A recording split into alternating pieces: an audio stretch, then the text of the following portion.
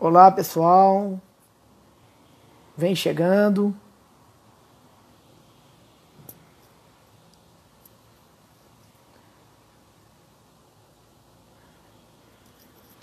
A turma aí vem entrando, moçada. Estamos aí com a turma chegando. O doutor Alan tá entrando aí. E hoje a live vai ser com o doutor Alan. O tema é isolamento vertical versus isolamento horizontal e abertura do comércio em tempo de crise. Vão chegando aí que daqui a pouco o Alan tá entrando. Deixa eu chamar ele aqui. Eu sempre inicio, ó, o Fábio tá aí. Fala, Fábio, fala o Andy. O Alan tá chegando aí, a estrela da noite tá chegando. Tá tentando conectar lá. Como é que tá o áudio aí, moçada? Tá beleza? Fala, Fiche. Bora, vamos chegando, galera. Vamos chegando que o papo hoje vai ser bom, vai ser animado. Vamos esperar o doutor entrando. Bom, para quem ainda já viu lá o tema, né? Nós vamos bater um papo aí sobre o isolamento vertical, o isolamento horizontal, com o doutor Alan. Vamos falar um bocado aí da abertura, da possibilidade, se abre mercado, se não abre. E vamos ver aí qual é a opinião dele sobre isso, a opinião dos médicos, né? Os últimos acontecimentos do país também, o que está acontecendo e o que a gente espera do mercado e o que pode acontecer aí. O Alan tá demorando um pouquinho a entrar, mas já tá chegando. Fala, Toninho. Toninho é um grande parceiro. Hoje nós vamos estar com um doutor aqui, Toninho, conversando aí, ó. O doutor Alan entrou. Vamos convidar ele. Tá chegando aí, moçada. Fala, Rei. O Reinaldo também é presença garantida aqui, hein, Rei? Saudade de mim, hein?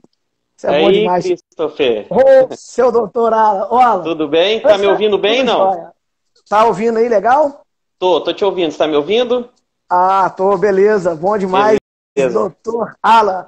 Eu sempre inicio, Alan, com uma Ah, música, vamos que é o lá. seguinte. Não é o cachorro, não, tá? Cachorro ainda vou dar um jeito nele. Você tá com cachorro, eu tô com gato aqui, então hoje tá completo o time. Tá, de casa. É, O... Tá escutando a música aí? não, ainda tá baixo aqui.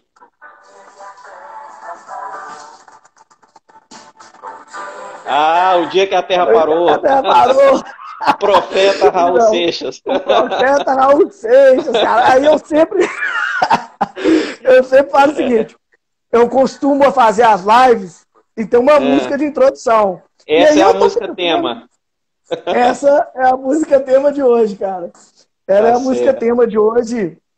E eu falei, não, vou escolher uma música que tema para dar início. Né? O dia que a Terra parou, ele já estava prevendo, né, cara? É, já tava Muito prevendo. interessante isso. As outras lives eu sempre tento pôr um tema, sabe, Alan? Ah, Para o pessoal curtir, para dar aquela introdução, aquela quebra de gelo enquanto a turma entra. tá Né? certo, tá Enquanto certo.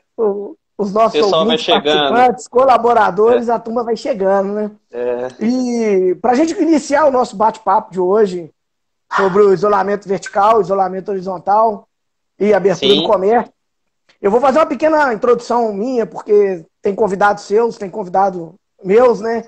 E tem uma sim, turma sim. nova aí chegando. Então, gente, para Isso, quem não vamos me conhecer o conhece, pessoal. para quem não me conhece, eu sou o Christopher Laguna. O pessoal me conhece como Laguna, eu sou empreendedor, tem 20 anos. Sempre fui empreendedor a vida inteira, mas tem 20 anos que eu tenho uma empresa e trabalho no ramo de tecnologia. E o ramo de tecnologia é bom que ele está em todas as áreas, né? Então, isso permite conhecer um pouquinho de cada setor. Também faço algumas mentorias para startups e empresas que estão começando. E hoje sou aluno Renova BR de um curso de formação política. E na minha bio aí estava que eu estava na terceira fase do processo de seleção do novo. E agora eu passei no processo de seleção do novo. Para quem não sabe, se alguém tem interesse em sair de candidato ou assim, pelo novo, existe um processo de seleção. E eu passei, né? E agora estamos na reta final.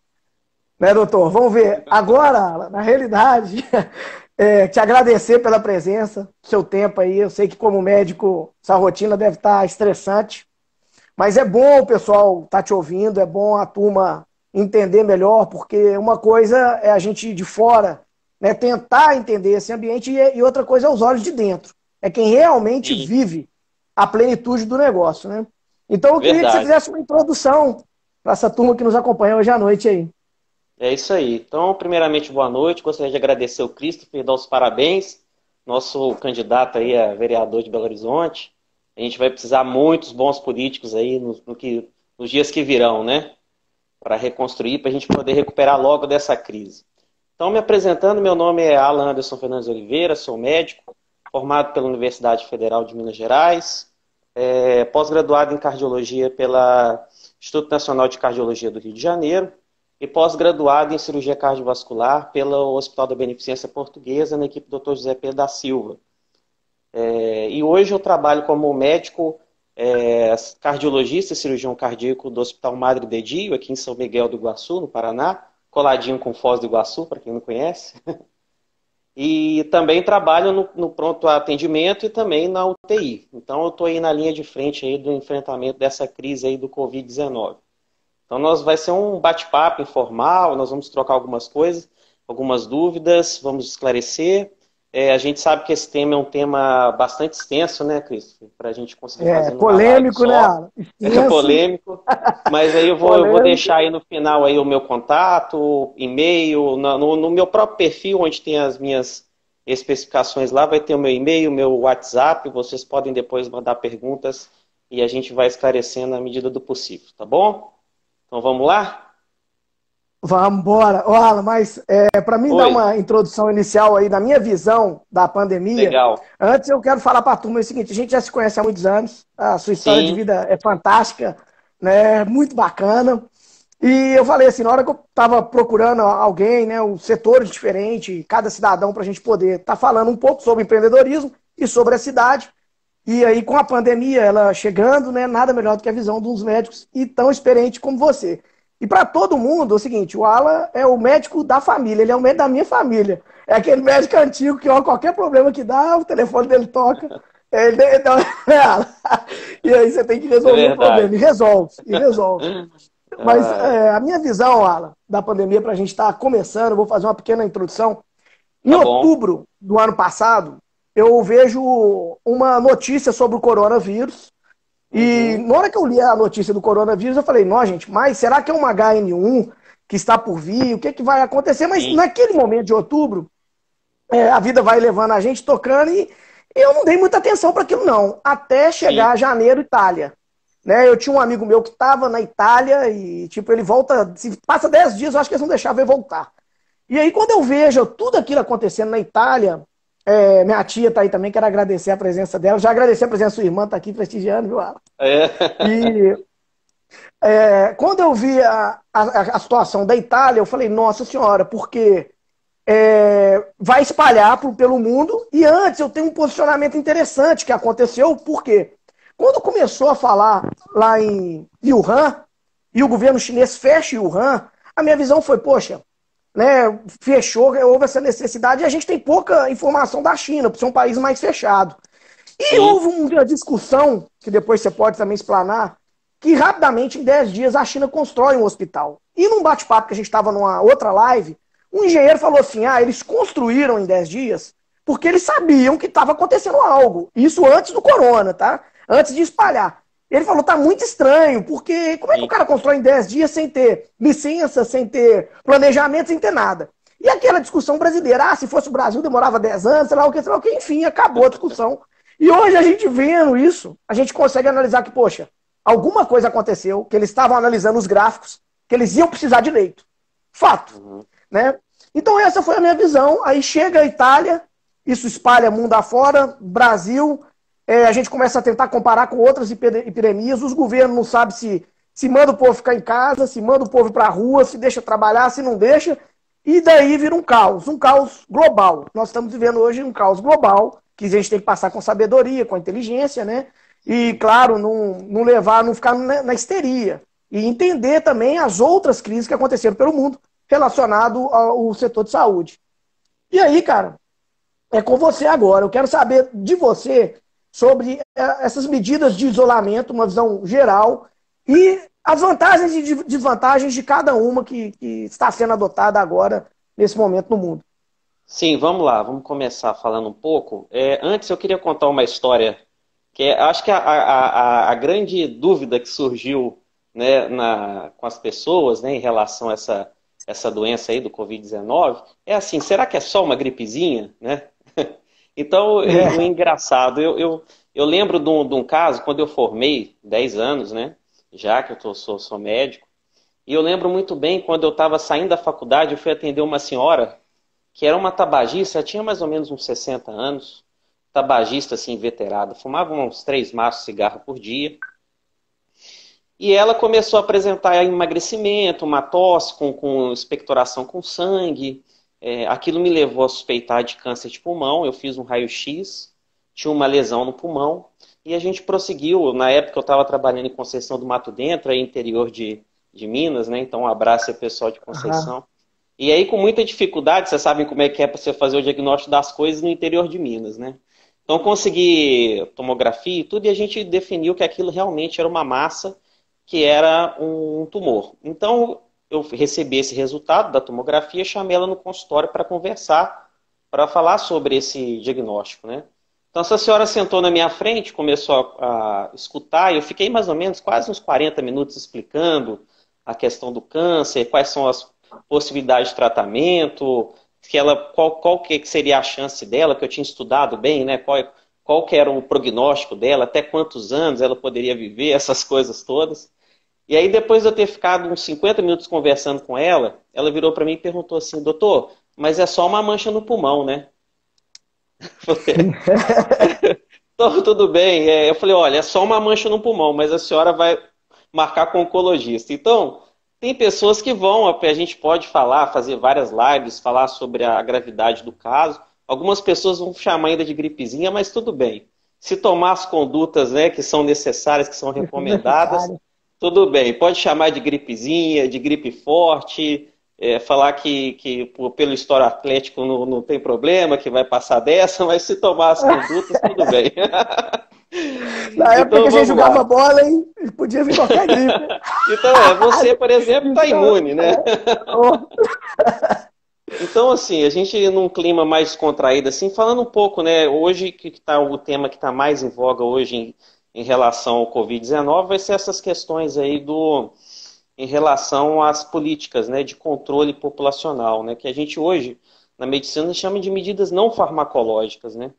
E existe um estudo, isso é uma coisa, primeiro conceito, tem alguns conceitos que a gente tem que aprender em relação a essa doença. Primeiro que não tem como você comparar com nenhuma outra doença.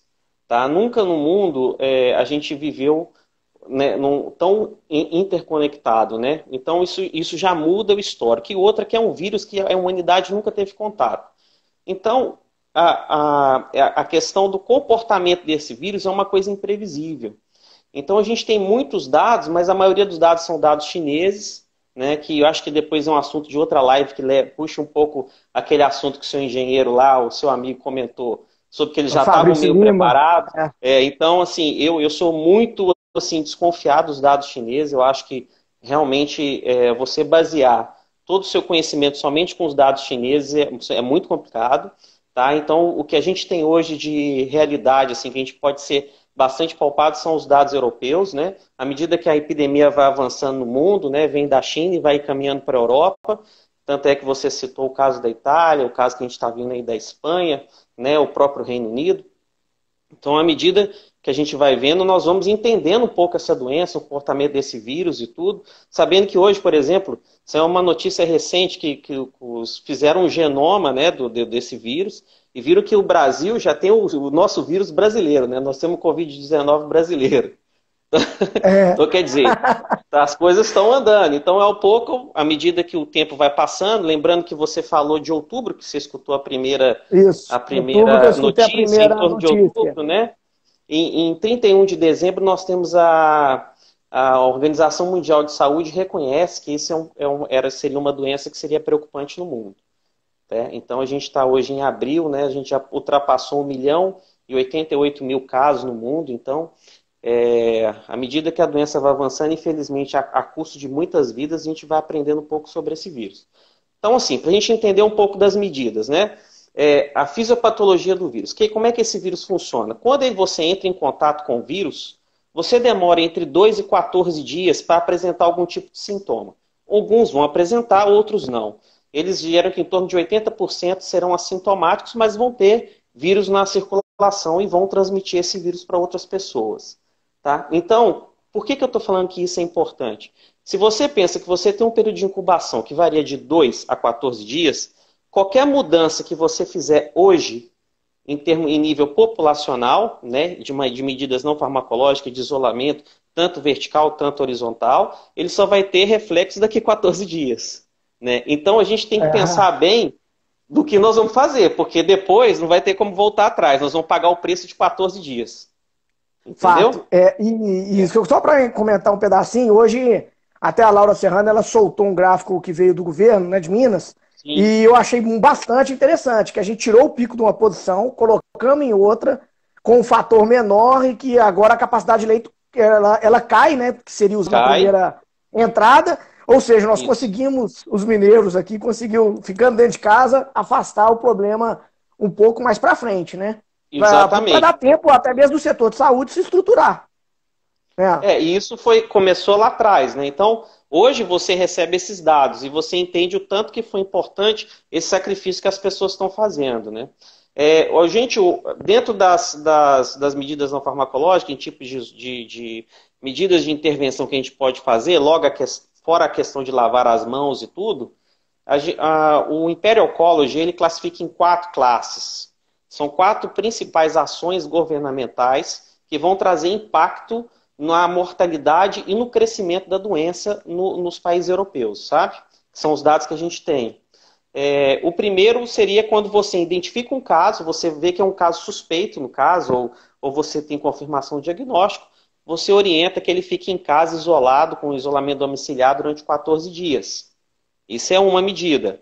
Outra coisa é você encorajar o distanciamento social. O que é isso? Você fala, olha, não fica beijando seu filho, abraçando, não é hora de ficar visitando os idosos. Quando você estiver no mercado, mantenha uma distância em torno de 2 metros, porque é justamente o raio, quando a pessoa espirra, aquelas partículas virais elas podem alcançar até 2 metros de distância. Então, por isso que essa lógica aí. Né? Fechamento de grandes eventos é outra medida, né? Você fecha igreja, você fecha shopping, você não deixa ter show, não deixa ter congresso, né? Então isso é outra medida. E o fechamento de tudo que as pessoas chamam de lockdown, né? Que a gente pegou esse termo, o termo aí da quarentena, né? Que o brasileiro chama de quarentena, o americano e o europeu chama de lockdown, é quando você restringe somente deixa todo mundo em casa, só deixa aberto serviços essenciais, Então a gente vê hoje na Europa vários países, né, que vão seguir determinadas linhas de raciocínio baseado nos seus números. O interessante é que na Inglaterra, por exemplo, que é um país que a gente sempre está escutando aí, o pessoal falando, olha, que a Inglaterra tentou uma estratégia mais liberal inicialmente, tudo. Se você pegar os números da Inglaterra, você vê que a Inglaterra ela vai deixando a coisa acontecer, só que os dados mostram que ela estava com um R de 6. O que isso quer dizer? Cada pessoa estava transmitindo para outras 6. Então você imagina isso, você que é da área de tecnologia exata, o que seria isso numa progressão geométrica de 6, né? Como é que é o crescimento disso? A gente falou do Fabrício Lima, do engenheiro, lá, ele entrou aí, ó. Ele foi o cara que falou para mim, ele vai ajudar a gente a entender. Então, imagina uma pessoa passando para 6, né? E aí o Imperial College começa a estudar. Eu acho que é óbvio, teve muita crítica a esse estudo do Imperial College, mas a gente tem que entender que é um modelo matemático baseado que não tinha informações prévias, praticamente. É uma doença nova. E os modelos matemáticos, como o pessoal aí das exatas muito bem sabe, à medida que as coisas vão avançando e os dados vão se aglomerando, eles vão ficando mais fidedignos, né? E aí você consegue ter uma margem de resposta mais fidedigna do que vai ser a realidade no futuro. Então isso é muito importante, né? Sim. Então, assim... Só te interrompendo um minuto, Alan. Falar pro pessoal aí que quem quiser mandar pergunta, pode mandar, que no final nós vamos estar respondendo aí a turma. Perfeito, é isso aí. Vamos responder todas as perguntas. Fica tranquilo que ninguém está com pressa aqui. Então, beleza, vai lá. Continua o eu vou fazer um raciocínio. teste aqui, Christopher. Eu não sei se eu vou conseguir. Só um minutinho, Aham. deixa eu ver se eu consigo inverter aqui para mostrar para vocês um pouco. Aqui eu tentei fazer, depois vou disponibilizar esses slides. Esse aqui é o gráfico da Inglaterra, tá? Do Reino Unido. Mostrando, você tem esse gráfico verdinho aí, onde que você tem uma barra mostrando ali entre 4 e 6, é onde que é o R. E aquelas figuras geométricas ali, que estão em cima do gráfico, aqui, ó, são aonde que foi feito as intervenções, que são aquelas que eu comentei. Somente quando a Inglaterra faz o lockdown, que esse gráfico cai para 1. Ou seja, uma pessoa infectada passa para um indivíduo. Então é quando você começa a controlar. Você vê que medida de cada medida, você fecha escola, você faz isolamento social, vai caindo um pouquinho. Mas o que mais impacta na redução da infectividade é essa parte aqui. Outra coisa que eu quero mostrar para vocês são as curvas de casos e a curva que é essa curva que é de casos, e a curva do lado é a curva de mortes. Olha como é que a Inglaterra, que ficou mais ou menos... Olha, nós estamos falando aqui, ó, de 10 de fevereiro a 15 de março, mais ou menos um mês, mais ou menos, que a Inglaterra manteve essa conduta mais permissiva, vamos dizer assim, né? Olha como é que é o padrão da curva deles. É uma curva praticamente de quase 90 graus de inclinação, né? Aham. Subindo assim fortemente. Então, acho que é uma coisa que essa curva ilustra muito bem, é que, na verdade, quando a gente fala em termos de Covid-19, nós temos dois problemas, e não um. Os problemas nossos não são só as mortes, é o crescimento exponencial do número de casos. Por que eu estou falando isso? Vamos voltar aqui. Espera aí só um Voltou e minutinho. desvoltou. Espera aí, vou voltar de novo. Então, por que eu estou falando isso? Primeiro, vamos falar de mortes, certo? Então, se você tem de cada 100 pessoas que são infectadas, 80 vão ser assintomáticas. Em torno de 15% vão ser sintomáticas e vão precisar demandar de alguma atenção de saúde, seja com intervenção de soroterapia, fisioterapia respiratória, eventualmente algum outro tipo de tratamento, e 5% vão ser aqueles pacientes graves que vão precisar de CTI, certo? Então, o primeiro momento é o seguinte, se você tem uma curva exponencial muito forte, ou seja, subindo muito rápido o número de casos, mesmo que você tenha respirador, que você tenha equipe de saúde, tenha tudo preparado, você não vai conseguir, não existe demanda no mundo que vai dar conta. Tá? Então, e esse vírus ninguém programou, é diferente da China que parecia que sabia que alguma coisa ia acontecer. Né? Mas a primeira verdade que a gente aprende dessa live é o seguinte, o mundo não estava preparado para essa pandemia. Então, o mundo que nós vamos viver depois dela vai ser completamente diferente. Né? Deixa eu Provavelmente fazer um os adendo estados... aí. Em Pode. 2006, 2007, o Bill Gates ele deu uma palestra que ele fala que havia investimento em todas as áreas. E não havia investimento em controle de epidemias. Enfim, era uma área que era carente de investimento e que o mundo Sim, passaria por isso. Parecia que ele estava prevendo, né? E eu acho que, para frente, aí vamos a minha visão comercial, porque toda crise gera demanda e gera oportunidade. Eu vejo que sim, as próximas oportunidades de trabalho e do mundo vão estar relacionadas a isso. O mundo acho que vai capitalizar muito dinheiro nisso e em prevenção a esse tipo de sim, acontecimento. Talvez até em perfeito. leis mais rigorosas, mas eu não vou nem dizer a lei rigorosa, porque não adianta nada a gente ter uma lei muito rigorosa, mas o cara fazer escondido e ter laboratórios escondidos, etc., né? E as Perfeito. coisas andarem. Então, eu acho que a consciência humana, a consciência do cidadão, ela vai mudar, fato, isso Uhum. vai mudar. E eu vejo assim que vai começar a ter investimento nessa área que a gente não tinha. Exatamente. Né? A Isso gente aí já é vislumbrou fato. ter bomba no mundo inteiro para poder explodir todo mundo e algo que não é uma bomba, que não é nada, deixou todo mundo É. dentro de casa. E Né? o interessante desse vírus é o seguinte, eu costumo comparar igual os vírus com assassinos, né? Então vamos pensar assim, o Ebola, por exemplo. É aquele sexta-feira 13, o cara com a máscara, todo do mal, que chega com a motosserra, e todo mundo tem medo, aí as pessoas começam a agir, né? O Uhum. Covid-19 é meio Hannibal Lecter, entendeu? Aquele cara psicopata que todo mundo, ele mata muitas pessoas, mas no final todo mundo fala, pô, ele é gente boa, não sei o quê. Era um cara muito É só uma desconfiável, né? gripinha, né? É Ninguém só uma gripinha, é só desconfiava. 3% que morre, isso não é nada. Só que a hora que chega, vira o que aconteceu lá no Equador, né? Que a gente viu que é triste demais, né? E nós Aham. vamos comentar um pouco sobre a situação do Equador, mas voltando sobre a questão do isolamento. Então, à medida que você não entende sobre o vírus, você tem muito pouca informação, né? Por mais que a gente vê live, nego falando sobre hidroxicloroquina, com outros remédios, falando sobre vacina, tudo é muito incipiente. A gente nem sabe se a pessoa, com certeza, se pegar uma vez, não tem chance de pegar outra vez. Não tem estudo formado sobre isso.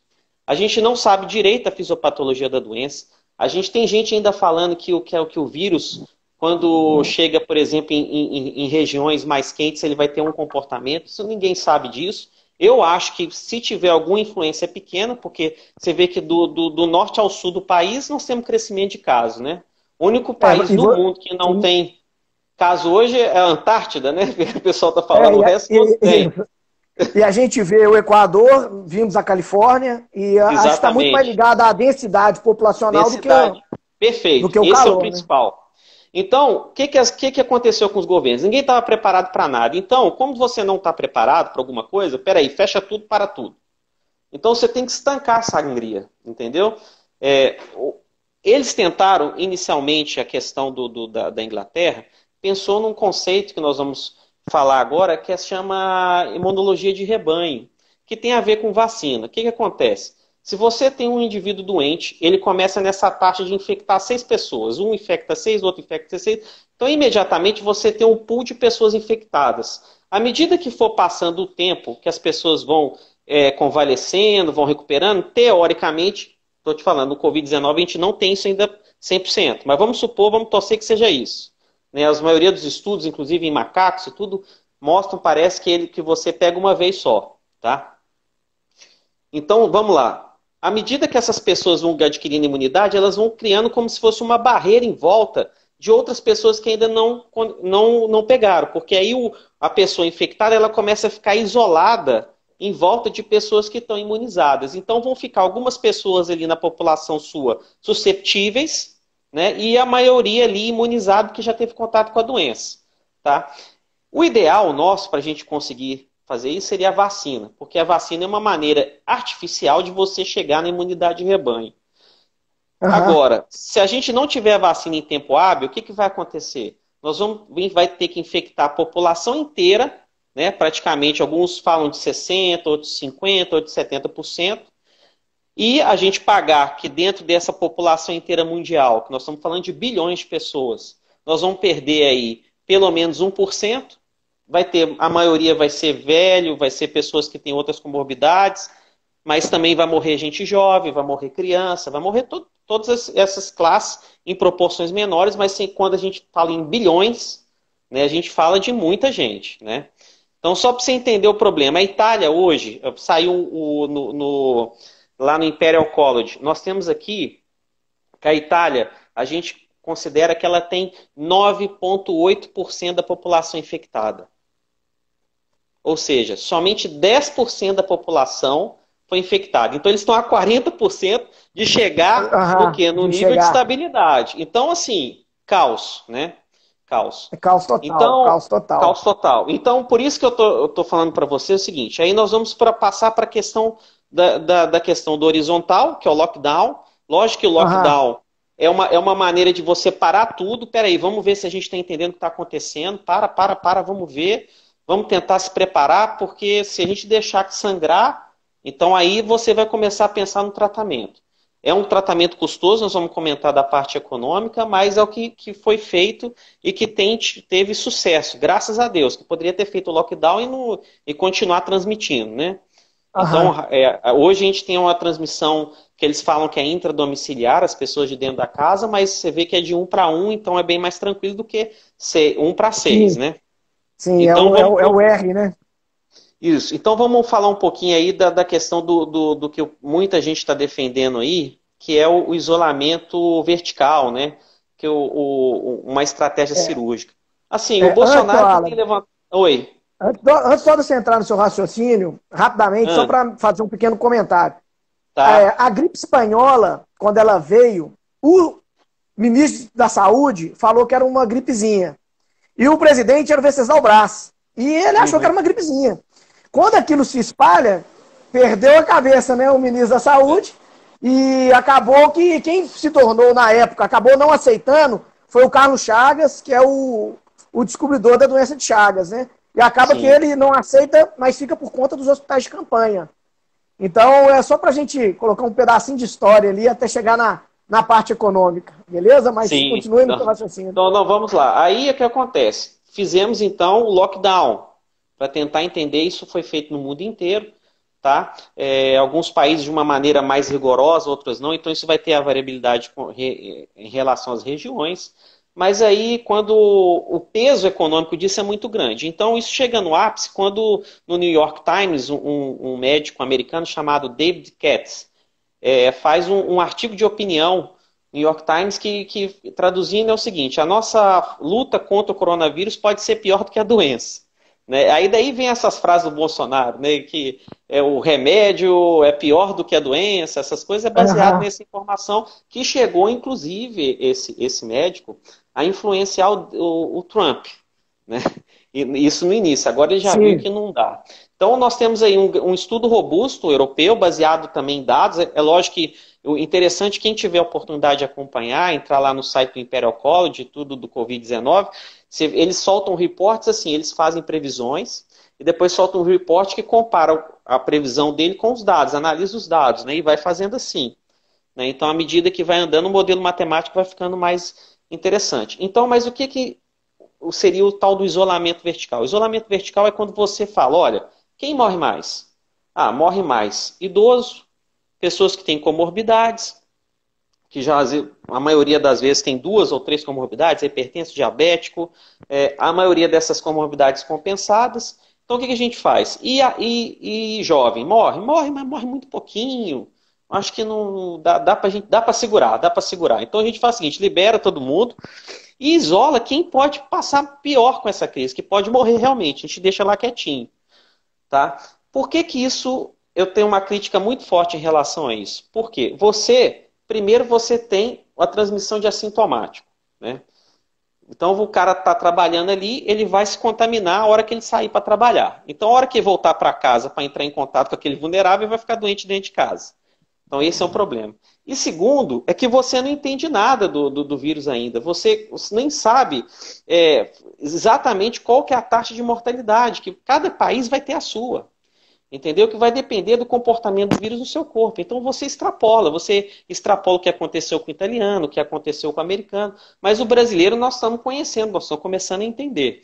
Então, assim, essa estratégia de liberação geral e você só isolar o pessoal que teoricamente são os mais vulneráveis, isso vai ser a custo de muitas vidas. Então, qual que foi uma estratégia? Você tem o lockdown, que também vai custar muitas vidas, né? Porque você vai deixar todo mundo em casa, a economia vai parar, então as pessoas vão morrer de outras coisas, né? Vão morrer de fome, né? Vão ficar desempregadas, você vai ter o caos social e depois o Cristo vai comentar um pouco sobre isso. Mas você também tem o isolamento vertical, que na prática, se for feito assim, do jeito que eles desenham, ele vai durar 14 dias, Cristo. Porque vai ser justamente os 14 dias, as mortes vão decolar, a hora que começar a ter os mortos na rua, aí todo mundo vai parar lockdown de novo. Aí vai ser muito pior, que a convulsão social vai ser pior. Um questionamento que eu faço aqui é justamente isso. É uma teoria ainda. Se a gente ficar em casa, depois recuperamos a economia. Não, se a gente for trabalhar, depois nós vamos ter que ficar em casa, porque pode acontecer de você ir trabalhar e o seu companheiro de trabalho ter morrido, né? Exatamente. Fato. Então, é uma análise muito complexa. Inclusive, quando a gente entra no setor comercial, das cadeias nossas de suprimento, né? Vamos chamar de cadeia de suprimento, literalmente. Sim. Se a gente tirar uma engrenagem dali, nós vamos ter um problema muito grave. E particularmente, inclusive, no mundo globalizado. Que também é uma diferença perto das outras crises. Até então, quando a gente pega a gripe espanhola e outras, a peste negra, o mundo não era globalizado, apesar que já existiam ali as trocas e etc, mas não era igual hoje, que em uma hora eu saio daqui, eu estou na ponta do Brasil, não saio de Belo Horizonte, estou em Manaus, pode-se dizer, em 2 horas de avião, e as mercadorias giram o mundo afora. Quando elas giram, também existe a produção. Então você imagina que um lápis ou uma caneta para ser produzida, como o Milton Friedman falava, ele falava o seguinte: olha, a borracha é da Índia. Ah, o grafite é do Canadá. Ah, a mão de obra é de tal lugar. Ou seja, para a gente compor hoje a nossa sociedade e o nosso bem-estar social, como os sociais-democratas gostam de dizer, né? Porque na realidade eu vejo que sim, foi uma liberdade econômica que trouxe esse bem-estar social a todos, né? E não o Estado incomodando lá. Mas enfim, chegamos nisso de todo mundo poder ter tudo, de uns índices de mortalidades baixos, inclusive no Brasil, e aí a gente tem que interromper essa cadeia.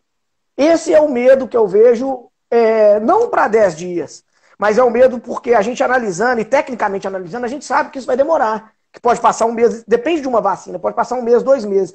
E 2 meses, com uma engrenagem parada, a gente começa a ter ali setores que nos dão o bem-estar social parados. E para voltar essa engrenagem de novo, é muito difícil e muito complexo, né? Então, essa é a preocupação que eu vejo comercial e eu acho que esse é o grande desafio nosso, né? Eu até, aqui numa das perguntas que eu te faço, comentar a fala do Mandetta quando ele fala para a gente talvez tentar ser pontual. E eu vejo o seguinte, tá? Uma visão comercial, não uma visão médica. Eu não tenho capacidade para falar como médico. Mas será que, vamos chamar de um isolamento diagonal, nós inventamos isso, de isolamento diagonal. Será que, por exemplo, num estado igual o nosso, Minas Gerais, Pará de Minas não teve caso. Será que eu necessariamente preciso fechar Pará de Minas? Ou deixar a coisa acontecer lá e deixar Belo Horizonte fechada? Deixa Contagem fechada, não teve caso, nós vamos ficar todo mundo em casa. Ou será que isso eu já atrapalharia aquela curva e não conseguiria lá na frente ter os leitos? Então é uma maneira que eu vejo de talvez não parar o comércio e deixar essa engrenagem viva. Porque você imagina um setor igual de turismo, um setor de chocolate, que vive da Páscoa. 60% do faturamento de chocolate está na Páscoa. O cara já era a Páscoa dele. Ele já acabou. O que ele comprou, ele vai morrer com aquele estoque perdido. Hoje o dono da Havan estava falando que todos os fornecedores dele podem fornecer, que ele vai passar a preço de custo. Porque senão ele vai matar os caras. São 5 mil ovos de Páscoa. Só que ele já tem comprado. Então, essa é a preocupação. E é um desafio nosso. É um desafio de todos os cidadãos. Não é um desafio do governo. O governo é uma parte de todos nós. Né? E dentro disso, eu também quero deixar aqui o seguinte, que a gente tem que atender. Eu até coloquei que é um tripé. Né? Nenhum cidadão deve ficar sem assistência, nenhum cidadão deve ficar sem alimento e nenhuma empresa deve quebrar. Sim. E aí eu queria que você fizesse uma análise sobre o diagonal e essas três, esse tripé nosso que a gente tem que tentar fazer sobreviver. Não, mas é interessante mesmo. Acho que eu vou acabar me furtando de falar os créditos, né? Quem foi o gênio que falou da questão do isolamento vertical lá no grupo lá. Mas, assim, realmente é isso. Na verdade, a gente tem que entender o quê? Diagonal, né? Foi o Carlos Sá. Carlos Sá, isolamento diagonal. A gente tem que entender o seguinte, o lockdown foi uma medida emergencial para você se preparar para fazer outras medidas que seria o que a gente chama de isolamento diagonal. O que é isso? O vírus, a gente já entendeu que ele não se espalha de maneira uniforme na população. Ele vai dar preferência e vai crescer mais rápido aonde tem a densidade demográfica maior. É diferente, igual você falou em Pará de Minas. Não sei, eu não tenho estatística de Pará de Minas, mas acredito que tem poucos casos, né? Eu estou aqui no interior do Paraná, em Foz do Iguaçu, e já tem alguns casos, então, mas você vê que a progressão do vírus é diferente do que está acontecendo em São Paulo. Né? Então, isso é uma coisa que a gente entendeu, tá? Mas para você conseguir migrar de um lockdown, é onde que você... Eu costumo dizer o seguinte, é como se o Brasil fosse um paciente que rompeu uma artéria. Estava sangrando, você vai lá e põe a mão, segura. Contém o sangramento tanto que você dá conta, até chegar no médico para ver se ele vai suturar, o que ele vai fazer. Né? Então, lockdown é isso, é um passo para alguma coisa. Tá? Não pode ser o lockdown para o isolamento vertical, porque se você fizer isso, aí tudo que você ganhou nesses 14 dias, você perde em 14 dias. Porque a população vai, é o que eu mostrei da Itália, se lá morrer esse tanto de gente, só tem 9% de infectados. De infectados. Então você pensa, então o buraco é bem mais embaixo. Então, a gente tem que partir para o tal do isolamento diagonal. O que seria isso? A gente sentir qual que é as áreas que estão mais evoluindo mais rápido, você mantém aquela área em lockdown. As áreas que estão mais leves, você libera para a economia, porque a velocidade é mais tranquila, e vai sentindo os números. À medida que a estatística vai mudando, você consegue, inclusive, concentrar recursos médicos para você atender aquela população ali, que está pior, enquanto as Fato, outras estão fato. trabalhando. Entendeu? Então, esse é o plano do Mandetta. Assim, eu tenho acompanhado assim, com frequência as coletivas dele, tudo, quase que diariamente, tudo, e ele traz um termo interessante que chama condicionantes. O que são condicionantes? Ele sentou com os governadores, com os prefeitos, e falou assim: olha, eu vi que vocês fecharam as cidades, fecharam os estados, o que aconteceu que vocês fizeram isso? Aí os prefeitos começaram a falar: eu não fiz porque eu não tenho equipamento de proteção individual. Se eu liberar para todo mundo, vai começar a chegar caso lá no meu hospital, meus médicos, meus enfermeiros vão tudo contaminar. E daqui a pouco eu não tenho ninguém para trabalhar no hospital. Beleza, então isso é uma condicionante isso. Qual outra? Eu não Aham. testo, eu não sei quem está contaminado, quem não está. Nós estamos no meio de uma epidemia de dengue. A pessoa chega, eu vou dar um exemplo. A pessoa chega com rinite, igual eu, tem rinite alérgica. O ano inteiro meu nariz escorre. Se eu pego uma dengue, eu vou ter o nariz escorrendo e febre. Vai, vocês vão achar que a É. Covid-19 vai deixar 14 dias em casa, né? Então, É então fato. assim, a gente Tem que testar, ainda né? tem esse Tem que problema. testar. As outras coisas estão acontecendo, as outras doenças, né? Então a gente, É, não, a gente mostra o precisa de ter despreparo teste. para a doença, né? O Total, despreparo que total. a gente. O E isso mundo se não é assustou, falou: ai, brasileiro. não, não, Mas não é isso não é brasileiro. brasileiro, é mundial. O mundo não está preparado, com exceção da China, né? Que tem população de É. bilhão e só tem 80 mil casos. Então alguma coisa está errada. Enfim, vamos continuar, vamos deixar essa para outra live, só para É, provocar um pouquinho, isso é muito pessoal. polêmico, né? É muito Outra questão polêmico. importante de condicionante seria as ações centralizadas. O que é isso? Você precisa ter uma mente pensante ali, organizando as ações, tá? Porque senão um prefeito faz uma coisa, o governador faz outra, e aí você não consegue controlar. Então a coisa tem que ser centralizada. Isso é uma coisa. Então foi que o Mandetta ele conversou com os CONASEMs, com os EMS, que é os conselhos de secretários de saúde do estado e do município. Ele tem essa reunião diária e ele fica próximo desses caras. E outra coisa, não pode politizar a crise. Se você levar para a política, a coisa vai desandar. É. Tá? Eu tenho dois casos para te falar sobre questão de política no Brasil, para a gente não entrar nisso agora. Primeiro, caso Equador, né? Acho que Aham. foi ontem ou anteontem, saiu aí umas imagens, aí as pessoas não conseguiam enterrar os corpos, né? O Isso cara mesmo. começou a jogar cadáver na rua. A história lá, isso é em Guayaquil, né?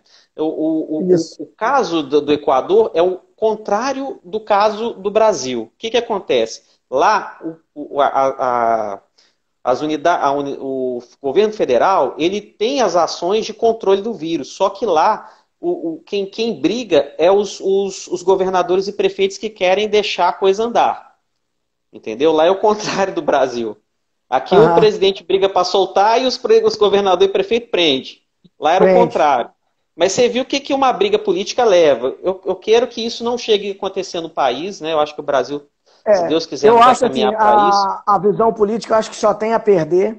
É, não é o É, momento de briga política. É óbvio é. que vai ter os oportunistas, né? Eu vou citar o caso do Sim, Dória, sim, porque um cara que candidata, falando que ele tinha que manter o Lula preso, que o Lula era safado. Aí depois ele pega uma fala do Lula e fala que agora não tem ideologia. Então, para mim, uma posição oportunista dele. Demais. sim. E é um momento que não pode politizar de forma alguma, De porque forma alguma. Porque vai custar a vida, você né? tá É numa. Isso vai basicamente isso. custar a vida. Você tem que agir com estratégia, você tem que agir de tal forma que o tripé a gente consiga segurar Sim, ele, que é não quebrar a sim. empresa, não faltar alimento e não morrer pessoas. E isso Perfeito. só se dá com estratégia e união. Se não tiver Exato. estratégia e união do cidadão, é até de arrepiar, cara, do Sim, cidadão. Não adianta eu isso. sentar aqui na minha casa e falar: É. o governo vai me dar 2 meses de salário. Não vai resolver. Isso é Sim, pontualidade. Isso lá na sim, frente vai dar um rombo, vai dar problema sim, fiscal, vai quebrar sei lá sim, o quê. E aí? sim. Eu falo muito isso com o pessoal na rua que eu estou conversando. O cara vai ter dinheiro para comprar e não vai ter mercadoria para entregar. Eles não Perfeito. entenderam isso ainda não. Sim, A crise que vai dar é uma crise de distribuição, de troca. Porque isso. um cara no mundo lá na ponta tá parado. Então não vai ter. Isso. Aí vai encarecer os produtos, vamos tabelar. Daí a pouco tá faltando. Então é uma É, questão muito maior. A consciência ela tem que ser muito maior e trabalhar com estratégia. Então, sim, quando a gente vê um médico gabaritado igual você falando, igual o ministro da Saúde falar, e a gente começa a entender e analisar o setor comercial, que é a minha parte, né, de estar com meus produtos vendendo, de não deixar a coisa parar, de ajudar outros comerciantes, a gente também tem que entender e todo mundo se ajudando. De tal Sim. forma que, pô, será que está na hora da gente fazer um isolamento diagonal? Ah, não, não está na hora ainda, gente. Vamos segurar, vamos esperar, porque vai ser uma coisa, vai danificar a economia. Poxa, mas é o risco que a gente corre, né? Exato. Então, para complementar esse raciocínio meu, na própria gripe espanhola, como eles liberaram, também em Niterói e no Rio de Janeiro, corpos ficaram na rua, porque o Rio de Janeiro e Niterói que espalhou, apesar que entrou Sim. por Recife. E olha, coisa interessante, na época, falava que a naftalina que era bom, e a naftalina sumiu do mercado. É, A naftalina, tem a muita senhora nossa de idade tradutora aí, aqui. e ela sumiu do mercado. Mas, enfim, coisas da época, né? E com o momento de agora, eu acho muito importante a gente entender, ter essa visão comercial e tentar fazer essa engrenagem continuar rodando. Óbvio, Sim. como vamos fazer isso? Temos que pensar e fazer da forma mais segura possível, né? Você vê a questão comercial interferindo na saúde, que são entrelaçadas, né? Você tem uma pandemia mundial. Então, hoje, você tem os Estados Unidos se arrebentando lá. Né? O Trump louco já entendeu que é uma coisa séria, não é só uma gripezinha. Então, ele começa, com o poder comercial dele, ele começa a comprar tudo. Porque ele não tem EPI, que ele não estava preparado, e não tem respirador. É outro Então, problema. então você tem, por exemplo, o governo federal, que tem a ideia de fazer o tal do isolamento diagonal nosso, que nós estamos chamando assim, o Ah, Mandetta chamaram chama de outro assim, jeito. de Mas outro jeito. assim, o condicionante é que você esteja preparado, tanto com EPI, para o médico e o enfermeiro não pegar a doença, porque senão você vai perder a mão de obra que vai cuidar, Só a e força de ter trabalho. a força de trabalho. E os respiradores. Uma coisa interessante, a China detém 95% da produção desses itens. E ela não tem nenhuma ética para negociar, é zero. O Brasil, por Aham, e exemplo, à acabou de vista. perder. Não, acabou de perder uma compra de milhões de reais em respirador para Bahia, olha só, estado pobre lá do Nordeste, tudo, se eu não me engano, Ceará. Eu tenho até aqui a reportagem. Empresa chinesa cancela a venda de 600 respiradores para Bahia e Ceará. Olha só. Por quê? Estava tudo contrato, já estava pago, contrato assinado. Chegou aos Estados Unidos, pagou o dobro, foi, levou, acabou. Eles não querem nem saber, entendeu? Eu Então, acho que uma isso é uma coisa coisa que vai também, Alan, atrapalhar. que vai Hum, acontecer para frente, a indústria a global para frente, eu acho que não vai deixar ela polarizada igual se fez na China. Eu acho que os sim, países vão começar a pensar em manter um pedaço da sua produção local. Porque é exato, muito é. bom isso no mundo globalizado, se torna barato. Mas talvez a Sim, tendência do mercado é manter até lá. Mas eu vejo exato. que até para uma medida, não vou dizer estratégica, mas eu acho que esses setores vão começar a ter impostos menores, porque viu a necessidade de ter aqui, ou tem em outros locais do mundo, e isso vai começar a variar e não deixar a concentração, ou seja, o nosso chão de fábrica mundial se chama China. E o nosso Sim, celeiro de comida está um pedaço no Brasil. Né? Então o Brasil tem sim, força de comércio. Porque se o sim, presidente também batesse o pé no pedido dele, eu não mandava os navios de soja para a China. A China depende de sim, 2 navios de soja do Brasil para comer. Então eu não mandava. Mas aí talvez o caos seria até maior, né? A gente estaria sim. num ambiente de guerra. E não é o que a gente quer. Então, quem está lá governando tem que ter muita ciência e muita Difícil. inteligência para isso Então, nesse outra momento. É questão difícil. também que a gente tem é o seguinte, por exemplo, vamos supor que você conseguiu comprar todos os respiradores. Né? Vamos falar de Minas Gerais aí, que a maioria dos nossos telespectadores aí são de Minas, né? Então a gente pensa assim, Minas Gerais hoje conseguiu achatar a curva com lockdown, a gente tem leite suficiente de UTI, certo? Com equipamento, tudo bonitinho. Só que se você não tiver o EPI, treinamento do pessoal, você vai começar a perder força de trabalho. E hoje, o Mandetta já falou isso muito bem, e isso é uma realidade do sistema de saúde brasileiro. Diferente do americano, que o americano é o seguinte, você trabalha no John Hopkins, você só trabalha no John Hopkins, entendeu? O médico Aham. brasileiro, o enfermeiro brasileiro, o técnico Fato. brasileiro tem três empregos, quatro. Então, se o cara adoece, ele fura 4 escalas. Ele arrebenta 4 hospitais, entendeu? Complicado. Então, assim, saiu uma reportagem semana passada que o hospital Albert Einstein, não sei se alguém já ouviu falar desse hospital, que para mim é um dos melhores hospitais da América Latina, afastou 600 profissionais por conta de Covid-19.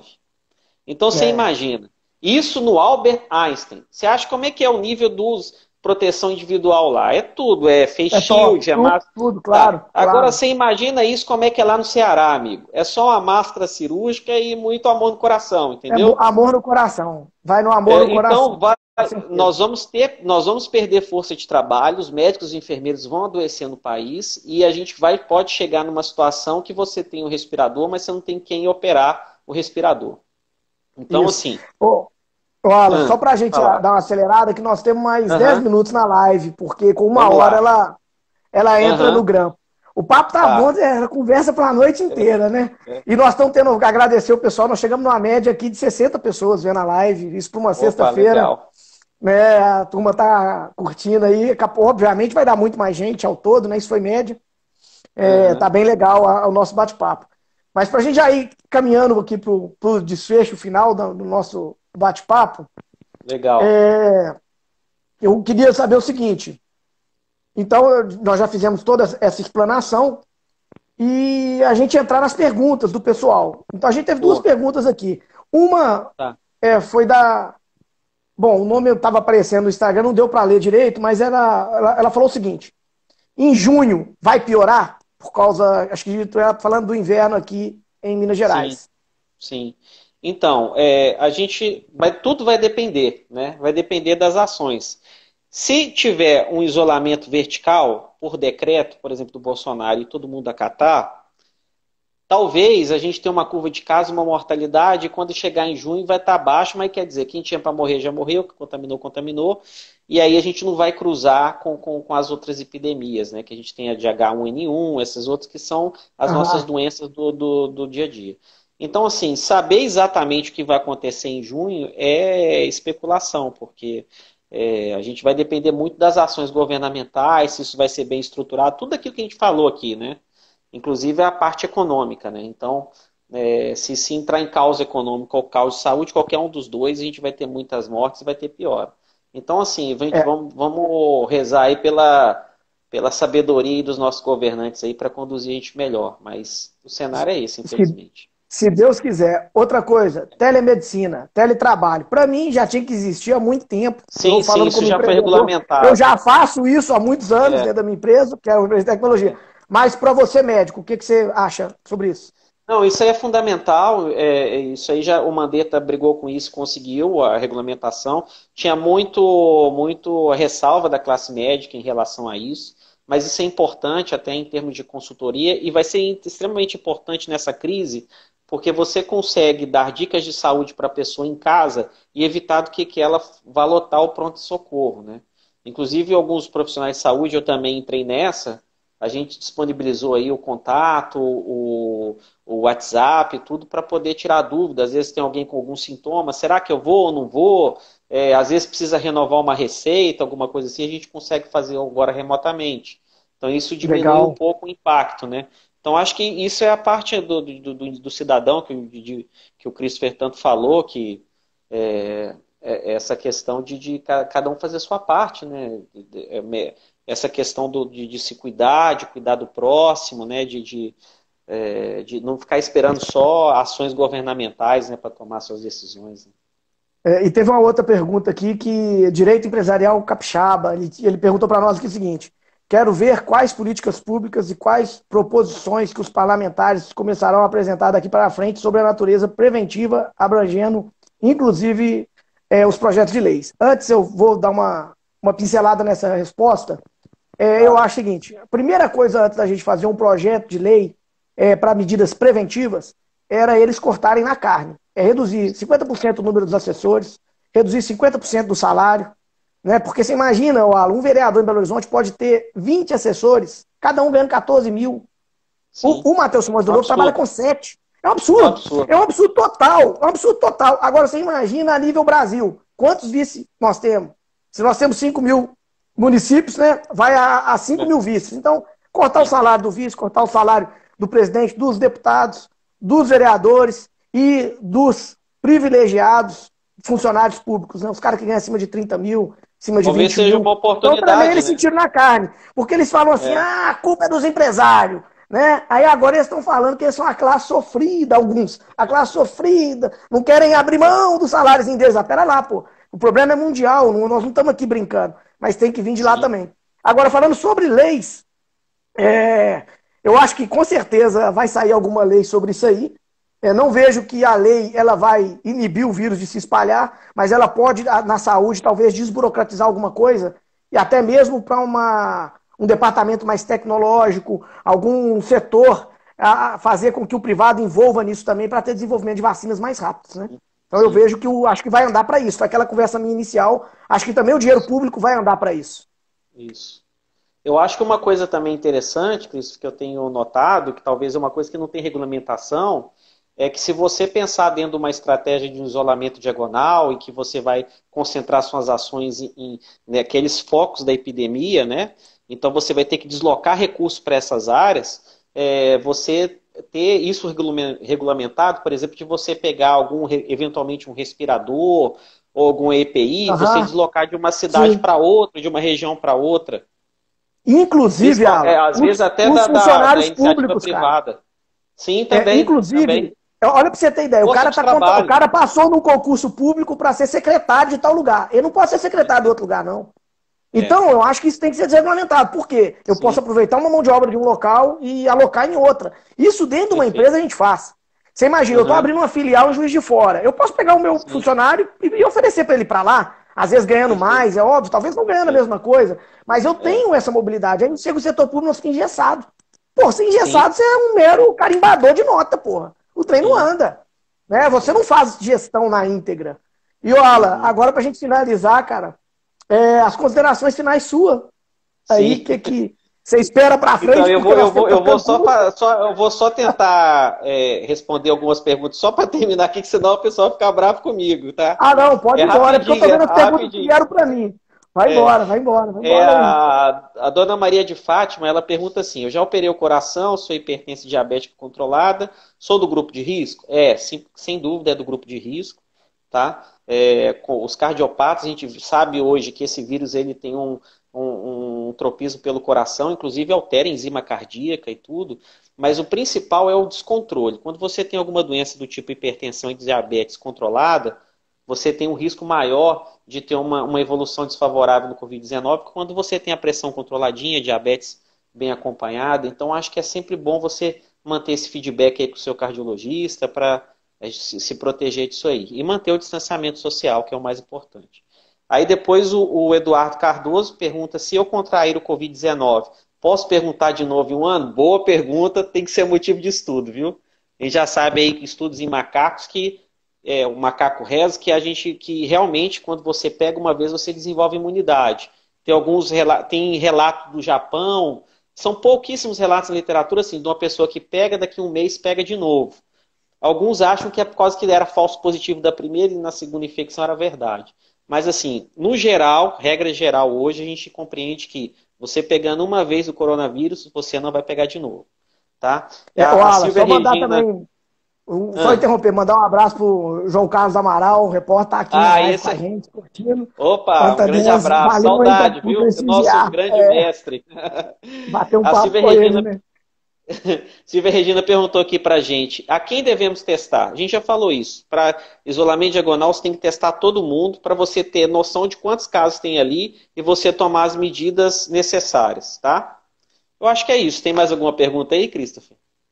Tem aqui mais uma pergunta aqui que está falando o seguinte, ó, ele está, novamente, projeto de lei visando criar uniformes, procedimentos, nós já falamos, mas eu estou dando uma passada aqui na turma, também tem a Isabela Nora estudou com a gente lá no Orlando, ela está aqui também prestigiando. Grande abraço. Fabiano Barcelo, minha prima Flávia, a turma está aí. Tá todo mundo aí, espero que vocês tenham gostado, hein? Eu vou agradecer a turma também, mas... minha prima Daniele também tá aqui, a turma tá firme e forte, cara. Perguntaram uma outra aqui, ó. Há alguma lição aprendida com a gripe espanhola para ajudar no combate ao Covid-19? Eu acho que é aquilo que você falou, né? Acho que deveríamos ter aprendido, mas a gente não aprendeu nada, né? O mundo continua cometendo os mesmos erros, né? A gente está caindo até da gripezinha. Até assustei, eu achei que você estava falando da semana passada, não era da gripe espanhola, né? Na gripe Então, espanhola também realmente, teve a gripezinha, cara. E aí, é, na gripe espanhola tem fatos interessantíssimos. Tipo, é. olha, falta 28 segundos. Vamos agradecer a turma Opa, rapidão. gente, obrigado, Agradecer. valeu mesmo. Um abraço, obrigado, Cris, pela oportunidade, a gente vai se falando. Galera, valeu por estar com vocês aqui. Foi muito bom. Olha, não deu pra gente Bom, fazer as legal. considerações, mas vamos Não, trabalhar com mas sabedoria, com inteligência, que vai dar tudo certo. E tamo vamos em junto e frente. obrigado por prestigiar eu aí Um nessa noite. abraço. Tchau, Abraço, até tchau. mais, tchau.